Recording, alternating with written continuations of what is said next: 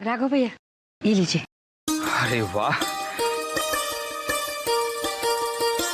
क्या बात है बहना, आज सूजी का हलवा? आभा को बहुत पसंद है ना।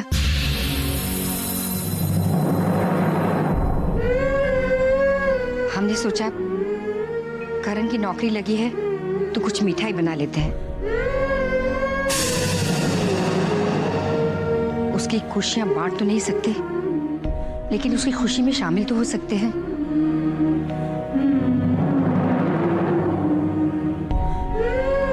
हम दुआ करते हैं आभा को हर खुशी मिले। लीजिए।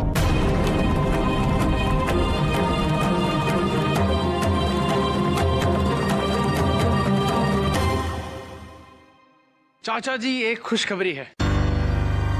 मेरी दिल्ली में नौकरी लग गई है और मुझे आशीर्वाद दीजिए और मुझे आज ही दिल्ली के लिए निकलना है।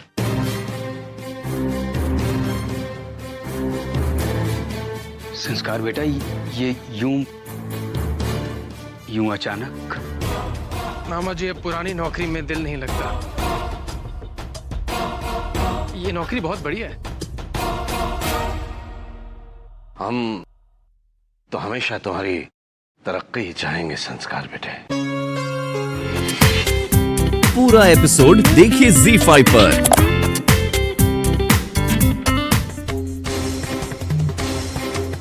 अरे जग्गू तो आ गया बेटा, क्या फैसला हुआ केस का?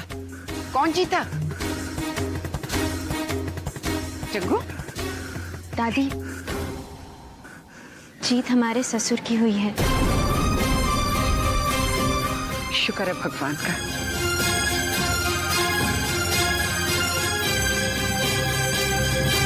हमारे इस झूठ के पीछे और कौन सा मकसद छुपा है? हम सच तो कह रहे हैं दादी से। क्या बात है आभा? सच्चाई क्या है? ये सब क्या हो रहा है? दादी, कोर्ट में तो जीत करण की हुई है, पर असल में देखा जाए तो जीत पापा की हुई है। उनकी शिक्षा, उनके संस्कारों की जीत हुई है। करण को जो ज्ञान, जो समझ मिली है वो विरासत में पापा से ही तो मिली है। इसलिए असल में जीत पापा के गुणों की हुई है। नहीं,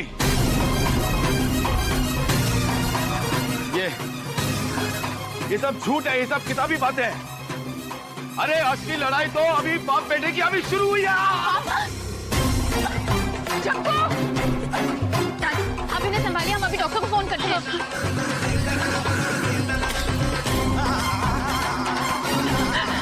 जग्गू, जग्गू, जग्गू, ये ले बेटा, ये ले।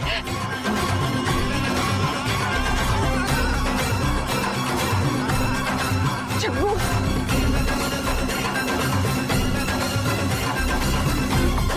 जग्गू,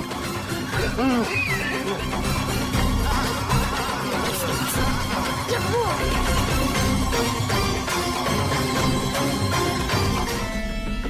हाँ संस्कार, बोलो। तैयारी पूरी है ना जाने की? बस जाने से पहले एक जरूरी काम पूरा करना रह गया है। संस्कार, तुम फिक्र मत करो। मुझे पूरा यकीन है कि जो कुछ अब तक नहीं हुआ है वो होगा, सब कुछ होगा। मैं जानता हूं कि तुम आभा को यकीन दिला दोगे कि तुम्हें ठुकराकर उसने अपनी जिंदगी की सबसे बड़ी गलती की है। मैं तुम्हें थोड़ी देर में फोन करता हूं। शैली, यहाँ क्या कर रही हो? कुछ नहीं, बस शॉपिंग करने आई थी तो सोचा आपसे मिलती चलो। किससे फोन में बात कर रहे थे? मुझे देखते ही फोन काट दिया। ओह,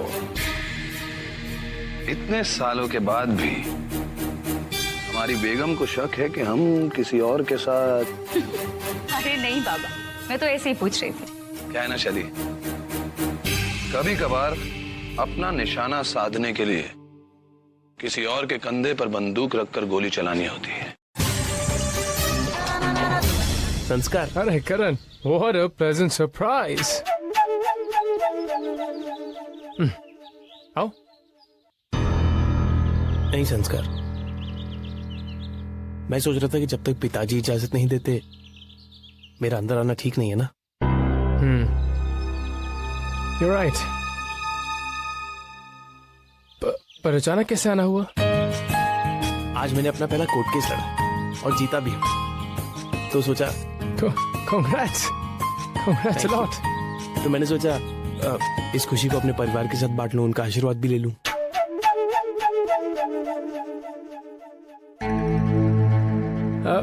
एक दोस्त होने के नाते मैं तो तुम्हें यही सलाह दूंगा कि आज चाचा जी का मूड कुछ ठीक नहीं है, तो घर का माहौल ठीक नहीं है, इसलिए तुम्हारा अंदर आना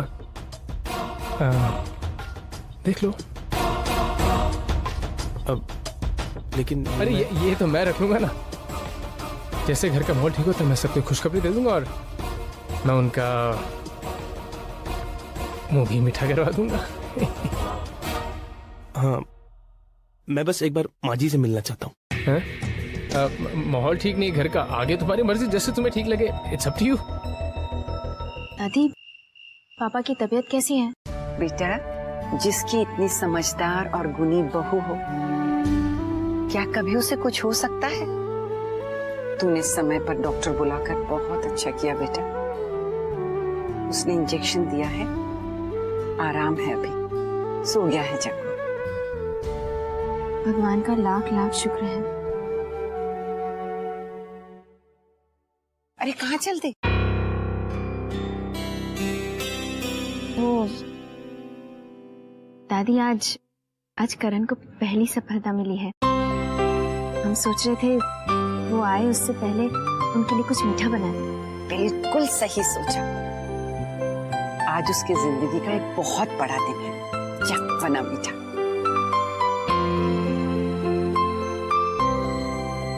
हे भगवान, इस बच्ची के सर पर हमेशा अपना हाथ रखना, हमेशा इसका साथ देना, इस परिवार को जोड़ने की जो कोशिश कर रही है उसे कामयाब बनाना भगवान।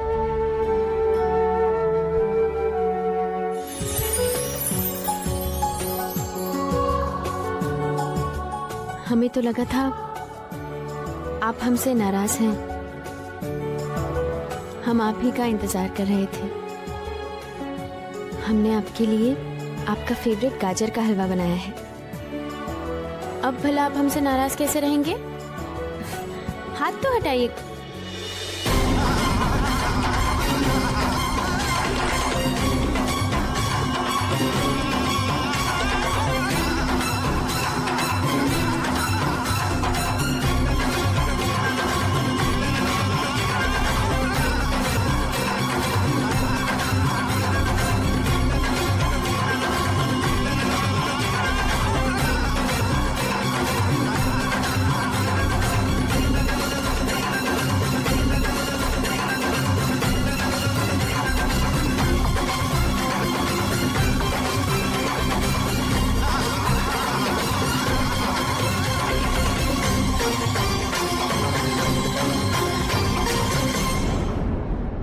तुम?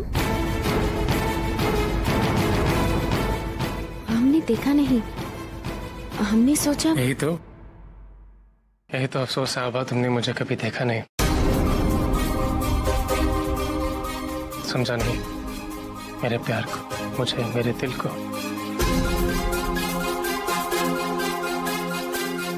यहाँ तक कि वो दर्द जो तुमने मुझे दिया। करण,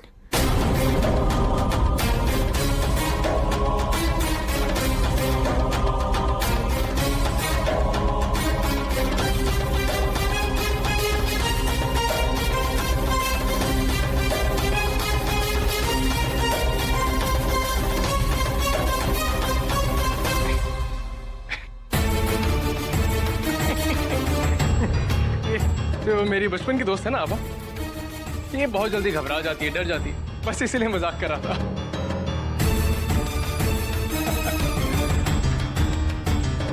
अब वैसे एक बात मेरी समझ में नहीं आई कि आभा, तुम करण का स्पर्श नहीं पहचान पाए? That's strange. तुम यहाँ आए हो तो कोई ना कोई काम तो जरूर होगा। अरे हाँ, वो मेरी दिल्ली में एक बहुत ही बढ़िया नौकरी लग गई है। रियली? आज ही मैं दिल्ली जा रहा हूँ, इसलिए मैंने कहा जाने से पहले तुम दोनों को बाय कर देता हूँ। अरे वाह, ये तो बहुत अच्छी बात है। Thank you. हमारे पास भी एक अच्छी खबर है।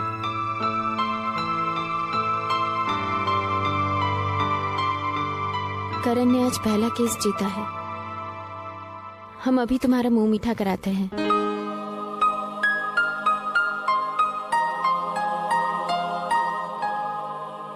अरे संस्कार, तुमने वो मिठाई का डब्बा तो परिवार वालों को दे दिया था ना?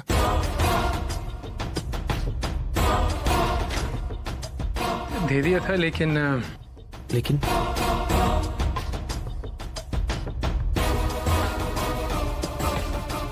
छोड़ो करण, तुम्हें खाम खा बुरा लगेगा। नहीं संस्कार, प्लीज। चाचा जी ने गुस्से में आके पूरा मिठाई का डब्बा कचरे में डाल दिया। तेरी तबीयत कैसी लग रही है? तो ठीक तो है ना? हाँ माँ, बिल्कुल ठीक हूँ। बेटा, ये तो अच्छा हुआ कि आभा ने समय पे डॉक्टर को फोन कर दिया। अम्मा प्लीज, उसका नाम मेरे सामने कभी मत लेना। शैली को बोलो मेरा खाना तैयार कर दे। शैली तो पार्टी में जाने की तैयारी कर रही होगी। क्या मतलब? अम्मा, मैं सबसे मिलना चाहता हूँ हॉल में। करण और उसकी पत्नी को भी बुलवाने के लिए। मैं एक बहुत जरूरी बात करना चाहता हूँ। सर, ठीक है बेटा।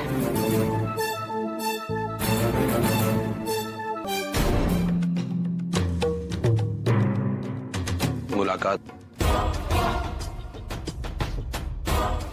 हुई। जिन साहब ने मेरी नौकरी का जिक्र किया है, उनसे मिलने के बाद मैं फोन करूंगा। All the best. ठीक है।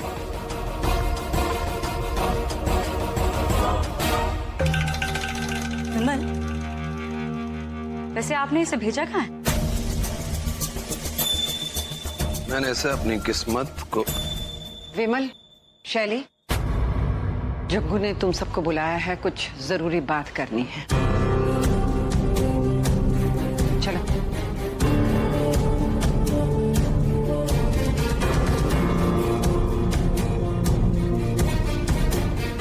आप नहीं जानते हमें आपकी जीत से कितनी खुशी हुई है।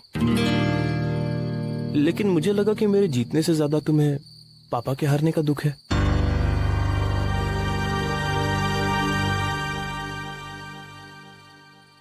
करण, आप उनके नजरिए से क्यों नहीं देखते? उनकी स्थिति को समझने की कोशिश करिए।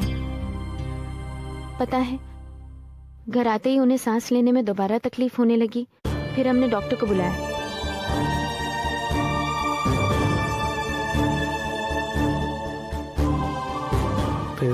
फिर डॉक्टर ने उन्हें इंजेक्शन दिया और बस मत बताओ मुझे, और बस नहीं जानना मुझे।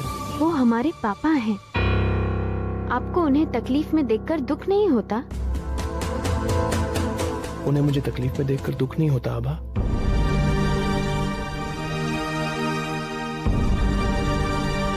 करण, हमें जिन पे सबसे ज्यादा हक होता है, उन्हीं से हम सबसे ज्यादा नाराज होते हैं। उन्हें हमेशा हमसे ज्यादा की उम्मीद होती है, और जब वो उम्मीद पूरी नहीं होती तो उन्हें दुख होता है।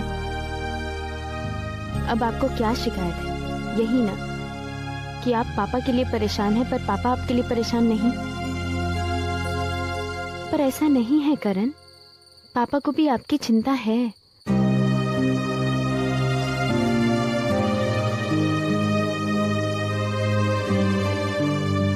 अच्छा ठीक है, बस ये बातें खत्म करते हैं। ठीक है। ऐसी क्या बात हो गई जो अचानक आपने सबको यहाँ बुलाया?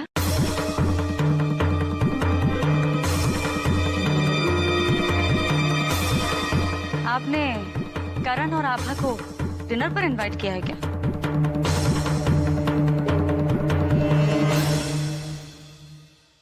मुझे क्या पागल समझ रहे हो तुम कि मैं उनको बुलाऊं?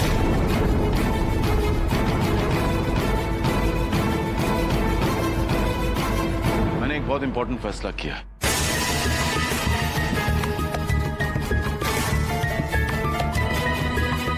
और वो फैसला सुनाने के लिए मैंने तुम सभी लोगों को यहाँ बुलाया। जग्गू, कैसा फैसला बेटा? अम्मा, आज मुझे एहसास हुआ कि जो बच्चे मुझे प्यार करते हैं, मेरी इज्जत करते हैं, मेरा कहना मानते हैं, उन बच्चों की इच्छाओं की मैंने आज तक कदर नहीं की। तो मैं उन्हें उनका शेयर, उनका हक देना चाहता हूं।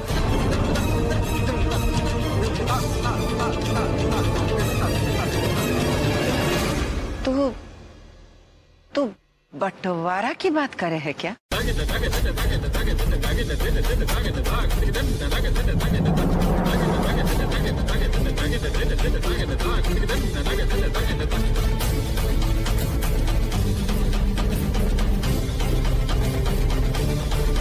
हाँ माँ, बंटवारा समझ लो या जो भी,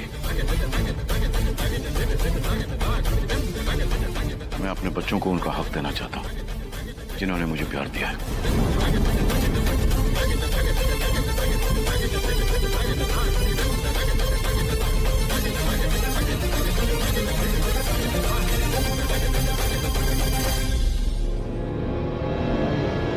शैली बेटी,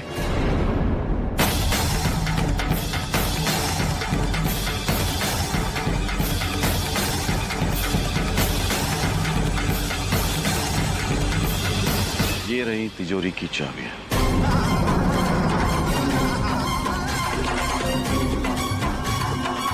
आज के बाद इन्हें तुम संभालोगे।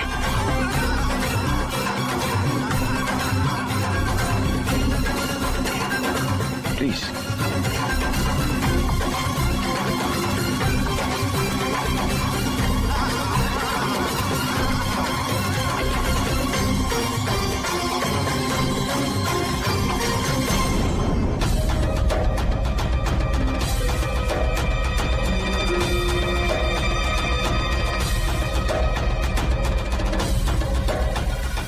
कनिका, आज के बाद तुम्हें जितने पैसे चाहिए तुम ले सकती हो। तुम जो खरीदना चाहती हो खरीद सकती हो।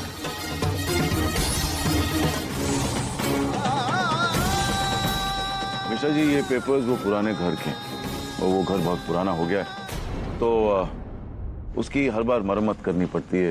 It's getting difficult to maintain. अगर कोई अच्छा खरीदार मिले तो मैं उसे बेच दूंगा। अरे, खरीदार तो बहुत से मिल जाएंगे सर। अच्छा, तो मैं चलता हूँ। जी, बहुत जल्द आपसे मिलता हूँ। Thank you.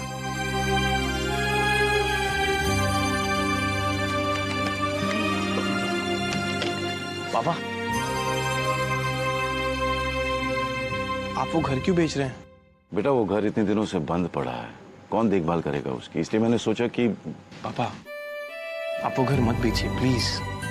बेटा, ये घर बहुत दिनों से खाली पड़ा हुआ है। We are not getting any returns on this sun. बेचूंगा तो कुछ तो पैसे मिलेंगे। आई नो पापा, आई अंडरस्टैंड, लेकिन वो सिर्फ एक घर नहीं है पापा। पापा, आपने कितनी मेहनत से, कितने चाव से उस घर को बनाया है। मेरा बचपन उस घर में बीता है पापा। माँ की हर याद उस घर से जुड़ी हुई है। रसोई में आज भी माँ के खाने की खुशबू आती है। पापा, आप वो घर मुझे दे दीजिए, मैं उसे संभालूंगा, और मैं आज के बाद आपसे कुछ मांगूंगा भी नहीं। I promise. पापा, मैं नहीं चाहता कि माँ की कोई भी याद कभी भी फीकी पड़े। मैं इस घर पे माँ के नाम का मंदिर बनाना चाहता हूँ। Please please. तुम्हें उस घर से इतना लगाव है बेटे? ठीक है, नहीं बेचूंगा। अगर वो घर किसी को मिलेगा तो सिर्फ तुम्हें मिलेगा। बना लेना अपनी माँ की यादों का मंदिर वहां। Okay, happy? Very thank you. इतनी उम्र हो गई है, बहुत कुछ देखा है हमने, पर तूने जो आज किया, न कभी देखा न कभी सुना।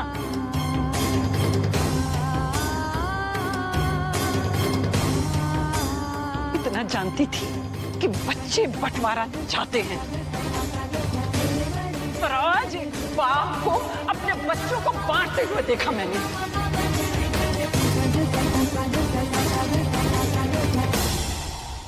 वाह वाह, शाबाश बेटा, शाबाश।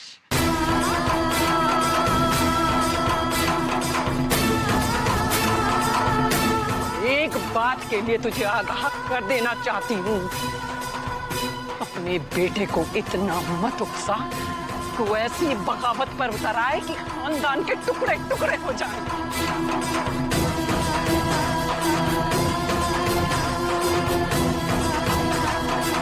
इस खानदान का नाम लेने वाला कोई ना हो।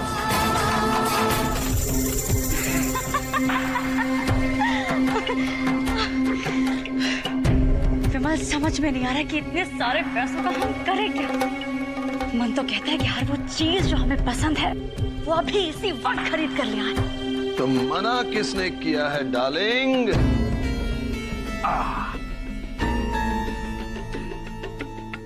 अब तो आप ही इस घर की मालकिन। जितना चाहिए पैसा उतना उड़ाओ, जैसे चाहिए उड़ाओ पैसा। अब तो दुनिया की हर खुशी हमारे हाथों में है। नहीं विमल, असली खुशी तो तभी मिलेगी जब हमारा प्लान कामयाब होगा। मुझे उस दिन का इंतजार है जिस दिन आभा का इस घर में रहना नामुमकिन हो जाएगा। मैं उसके चेहरे पर हार देखना चाहती हूँ। तुम्हें कही हुई बात समझ में नहीं आती है क्या? तुम्हारे माँ बाप ने ये नहीं सिखाया तुम्हें कि नियमों का पालन कैसा करना चाहिए? ऑब्वियसली नहीं सिखाया, नहीं तो तुम मेरे बेटे से शादी नहीं करती और वो मुझसे दूर नहीं होता।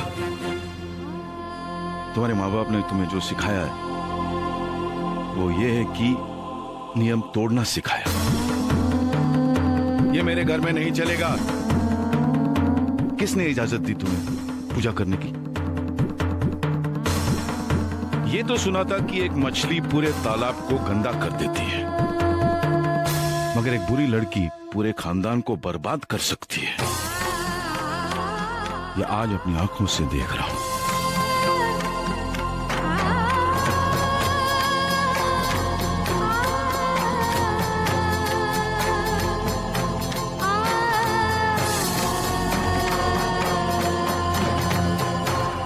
आभा, एक बात करनी थी। जी। मैं जानता हूं कि तुम और करण दोनों सब कुछ अपने बलबूते पे करना चाहते हो, पर बड़ा भाई होने के नाते मैं तुम दोनों की मदद करना चाहता हूं। वीर भैया, हम कुछ समझे नहीं। आभा, कल जो पापा ने साल भर का किराया और पगड़ी देने की बात की, गलत बात थी, बहुत गलत बात थी।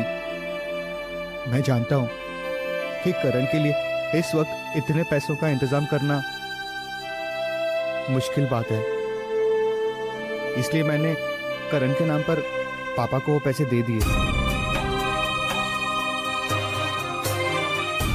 वीर भैया, आप जानते हैं करण को। आभा, इतना हक तो बनता है ना मेरा तुम दोनों पर।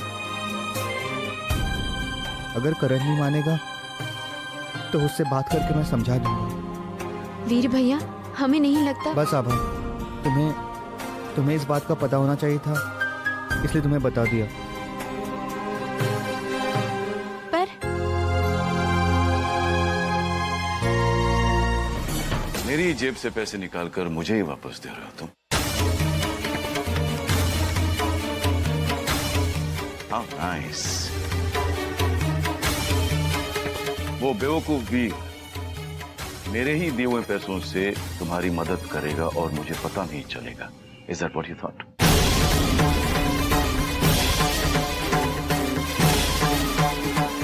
बहुत खुददार बनते थे ना तुम, फिर क्यों लिए मेरे पैसे मुझे वापस देने के लिए? मुझे इस बारे में कुछ नहीं पता। Oh really?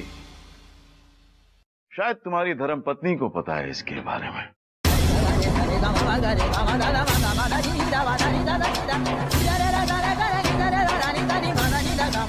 वीर से उसने मदद इसलिए ली होगी, दो कारण हो सकते हैं। या तो वो तुम्हारी काबिलियत पर भरोसा नहीं करती, या फिर स्वर्ण भवन से इतना मोह हो गया है कि वो स्वर्ण भवन छोड़ के जाना ही नहीं चाहती।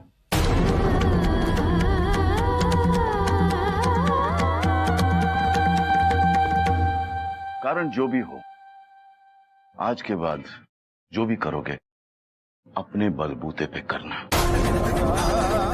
किसी की रहम की भीख लेकर नहीं। Stand on your own 2 feet, son.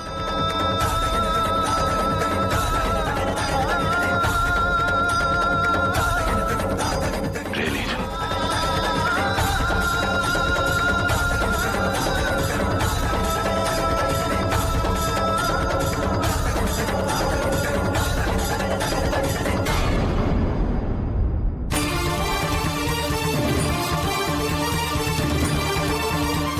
ये पता था तुम्हें? पता था या नहीं? वो क्या? क्या सोचा तुमने कि मैं इतने पैसे नहीं कमा सकता कि घर का भाड़ा दे सकूं? नहीं करण, ऐसी कोई बात नहीं। तो क्या बात? कैसी बात है? मैं अपना बोझ उठाने के काबिल हूं आभा। देखो करण, मैं जानता हूं कि तुम होनहार लॉयर हो। मैं चाहता हूं कि तुम मन लगा के काम करो। बल्कि मुझे हैरानी होती है कि जगमोहन प्रसाद को अपने घर में छुपे हुए हीरे की पहचान क्यों नहीं हुई। एक मिनट।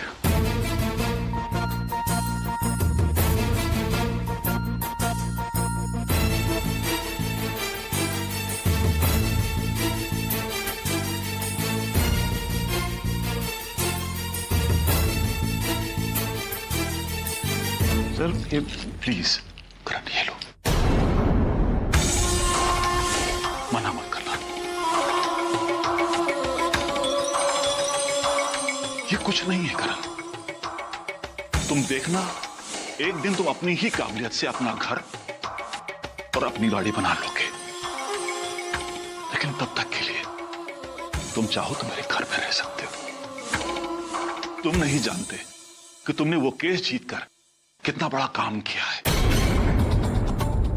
ना सिर्फ मेरा, बल्कि मेरी लॉ फर्म का कितना नाम ऊंचा किया है। और तुम्हें याद है, तुम्ही ने कहा था मुझसे कि तुम ये काम अपनी पत्नी की खुशी के लिए और अपने परिवार की खुशी के लिए कर रहे हो। हाँ सर, लेकिन देखो करण, तुम मेरे बेटे जैसे हो, तुम्हारी पत्नी मेरी बहू जैसी है। उसके कदम मेरे घर पे आएंगे तो मुझे लगेगा जैसे साक्षात लक्ष्मी मेरे घर पे आई है। प्लीज मना मत करना। हमारे स्टोर रूम में जो लोग रह रहे हैं उनसे 1 साल का किराया एडवांस और पगड़ी दोनों वसूल करना तुम्हारी जिम्मेदारी है।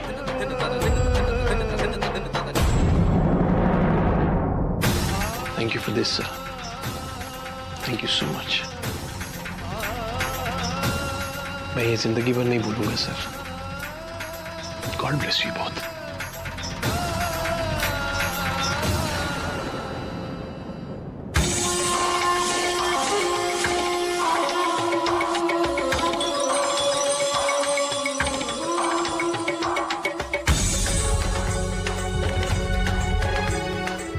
अब मैं आभा को पूरे सम्मान के साथ रख सकूंगा, उसके हिस्से की सारी खुशियां उसे दे सकूंगा।